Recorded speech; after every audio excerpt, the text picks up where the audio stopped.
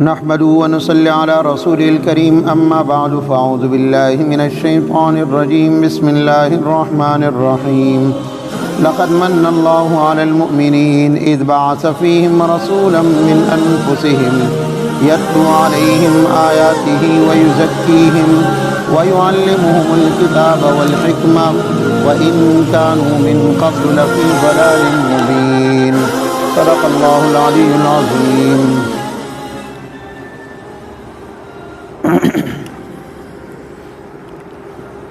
تمام امت پر اللہ رب العزت کے بعد سب سے زیادہ احسانات اگر ہے تو 4 جماعتوں کا ہے۔ ایک جماعت کا نام ہے انبیاء کرام، اور دوسری جماعت کا نام صحابہ کرام، اور تیسری جماعت کا نام ہے فقہاء اور محدثین، اور چوتھی جماعت کا نام ہے علماء حق، علماء دیوبند ہر دور میں۔ ان 4 جماعتوں کی احسانات کیا کیا ہے؟ سب سے پہلے احسان تو اللہ کی ہے۔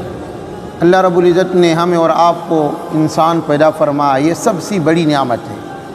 پھر انسان پیدا کرنے کے بعد پھر اسی ہمیں اور آپ کو اسلامی گھرانے میں پیدا فرمایا، اور یہ دوسرا نعمت ہے۔ اور تیسری سب سے اہم ترین نعمت کہ ہمیں اور آپ کو اللہ رب العزت نے نبی صلی اللہ علیہ وسلم کی امت میں پیدا فرمایا۔ یہ بہت بڑی بڑی انعامات اور احسانات ہے۔ لیکن نبی صلی اللہ علیہ وسلم کی انعامات اور احسانات یہ ہے کہ نبی صلی اللہ علیہ وسلم نے ہمیں اور آپ کو ایمان اور دین اور اسلام اور قرآن اللہ نے دی ہے، اور یہ ہمیں اور آپ کو پہنچائے ہے۔ تو نبی صلی اللہ علیہ وسلم پر اللہ رب العزت نے دین کو مکمل فرمایا ہے، اس کو تکمیل دین کہتے ہیں۔ اور پھر صحابہ نے اسی دین کو عملی جامہ پہنایا اور اسی دین کو جگہ دیا، اس کو کہتے ہیں تمکین دین۔ اور تیسرا جماعت جو فقہاء اور محدثین کی ہے، وہ اسی دین کو لکھ لیا ہے، اور انہی کو کہتے ہیں تدوین دین۔ اور چوتھی جماعت علماء حق، علماء دیوبند کی، یہ ہر دور میں اسی دین کی حفاظت کی ہے، اس دین کو پاک رکھا ہے ہر قسم کے فتنوں سے، ہر قسم کی کمی اور زیادتی سے۔ یا نبی صلی اللہ علیہ وسلم پر اللہ نے قرآن کے اندر فرمایا الیوم اکملت لکم دینکم واتممت علیکم۔ اللہ نے فرمایا اے محمد میں نے آپ پر دین مکمل کیا ہے۔ اور دوسری صحابہ کرام نے اسی دین کو عملی جامہ پہنایا، اور یہی دین صحابہ نے مشاہدے کے ساتھ، تجربے کے ساتھ اور عملی زندگی کے ساتھ تمام امت کے سامنے پیش کر لی ہے۔ اور تیسرا جماعت جو فقہاء اور محدثین کی ہے، 70 ائمہ محدثین نے 70 کتابیں، بڑے بڑے حدیثوں کی کتابیں لکھی ہے، اور ایک کتاب میں کم سے کم 4000-5000 حدیثیں لکھی ہے۔ اور ائمہ محدثین نے ہمیں اور آپ کو تمام امت کو 50,000 حدیثیں لکھ کر پہنچائے، 50,000۔ اور ائمہ فقہا نے ہر مسئلے کو آسان کر کے فقہ کی صورت میں تمام امت کے لیے پیش کر لیا۔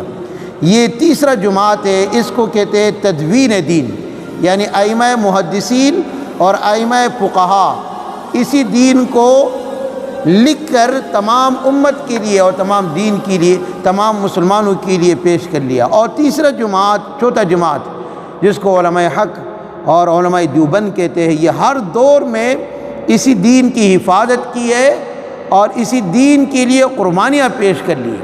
علماء حق کو مثال، موجودہ دنیا میں 1.5 ارب لوگ مسلمان ہیں، اور 7 یا 8 ارب تمام دنیا کی آبادی ہے، تمام دنیا کی، اور ان میں سے مسلمانوں کی آبادی 1.5 ارب ہے، 1.5 ارب۔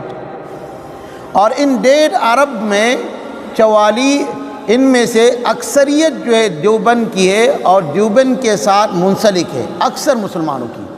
اور پھر جو ہے اسلام کی جو 4 شعبے ہیں، ایک جو ہے دعوت تبلیغ دینا ہے، اور دوسرا درس اور تدریس کرنا، اور تیسرا جہاد اور مجاہدین بننا اور اللہ کے راستے میں لڑنا، اور چوتھی جماعت پیر اور مریدی اور سیاست۔ ان چاروں شعبوں میں علماء دیوبند کا کردار بالکل نمایاں ہے۔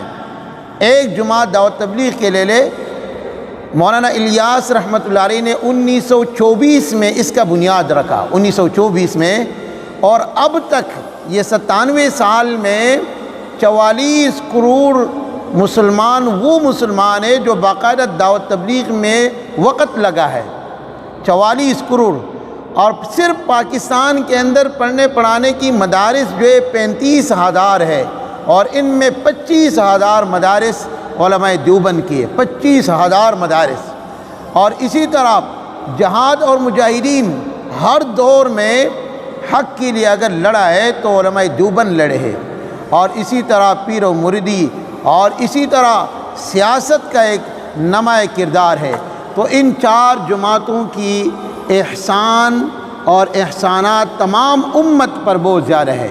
ایک محمد مصطفیٰ صلی اللہ علیہ وسلم جس پر اللہ نے یہ دین مکمل کی ہے، اور دوسرا صحابہ کرام جس نے اس دین کو تمکین یعنی جگہ دیا ہے، اور تیسرا جماعت ائمہ محدثین اور ائمہ فقہا جو اس دین کو لکھ کر امت کے لیے پیش کیا ہے، اور چوتھا جماعت اور چوتھا طبقہ علماء حق علماء دیوبند ہے کہ ہر دور میں اس دین کے خلاف جو بھی زیارتی کرتا ہے یا کمی کرتا ہے تو علماء دیوبند نے اس کی نشاندہی کی ہے۔ تو ان چار جماعتوں کی تمام مسلمانوں پر ان کی بڑے احسانات ہیں، اور ان احسانات کی قدر کرے، اور یہ نہ اور یہیں سے فرقے بنتے ہیں۔ بعد وہ فرقے کہ انبیاء کرام کے اندر جو ہے کوئی کسی کو مانتے کسی کو نہیں مانتے، جیسے یہود و نصارہ، اور بعد وہ فرقے جو صحابہ کے درمیان آپس میں کچھ صحابہ کو مانتے ہیں کچھ صحابہ کو نہیں مانتے، جیسے شیعہ لوگ، اور بعد وہ فرقے کہ ائمہ محدثین اور ائمہ فقہا کے درمیان اس میں جو ہے کمی اور زیادتی کرتے ہیں، اور بعد وہ طبقہ ہے جو موجودہ دور کے علماء کو علماء حق کو نہیں مانتے ہیں۔ اللہ رب العزت ان باتوں پر عمل کرنے کی توفیق نصیب فرمائے۔ وآخر دعوانا الحمدللہ رب العالمین۔